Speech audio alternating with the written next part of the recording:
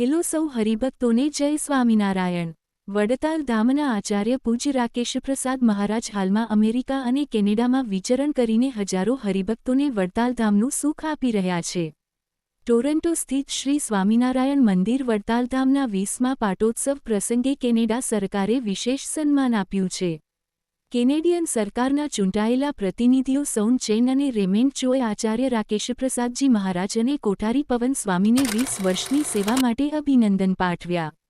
કહ્યું હતું કે કેનેડાના વિકાસમાં તમે સંગઠિત રહીને વર્ષોથી યોગદાન આપી રહ્યા છો।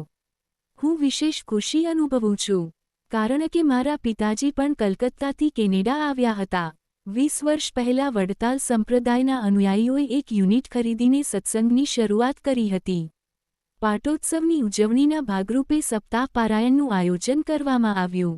સત્સંગી જીવનના વક્તા તરીકે ઉમરેઠવાળા શાસ્ત્રી હરિગુણદાસજી સ્વામી અને હનુમંત ચરિત્ર કથાના વક્તા શાસ્ત્રી હરિપ્રકાશદાસજી સ્વામી સારંગપુરવાળા ઉપસ્થિત રહ્યા હતા।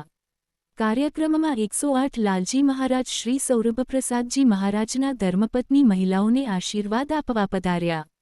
આ પ્રસંગે વડતાલ ધમમના ચેરમેન ડોક્ટર સંતવલ્લભદાસજી સ્વામીએ વડતાલની સેવા પ્રવૃત્તિઓની માહિતી આપતા જણાવ્યું હતું કે નિઃશુલ્ક હોસ્પિટલ, નિઃશુલ્ક છાત્રાલય, નિઃશુલ્ક સંસ્કૃત પાઠશાળા અને અન્નક્ષેત્ર જેવા સેવા કાર્યો આપણી સંસ્થા દ્વારા થઈ રહ્યા છે। આ મંદિર મોટું બને, બાળ યુવા પ્રવૃત્તિ થાય એ સમયની જરૂરિયાત છે।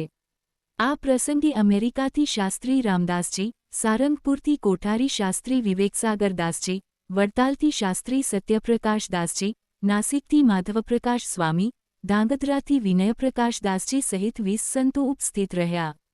કાર્યક્રમમાં યજમાન શ્રી જતન જાગૃતભાઈ પટેલ અને ટ્રસ્ટી અતુલભાઈ પટેલ સહિત અનેક કાર્યકરોનું સન્માન કરવામાં આવ્યું।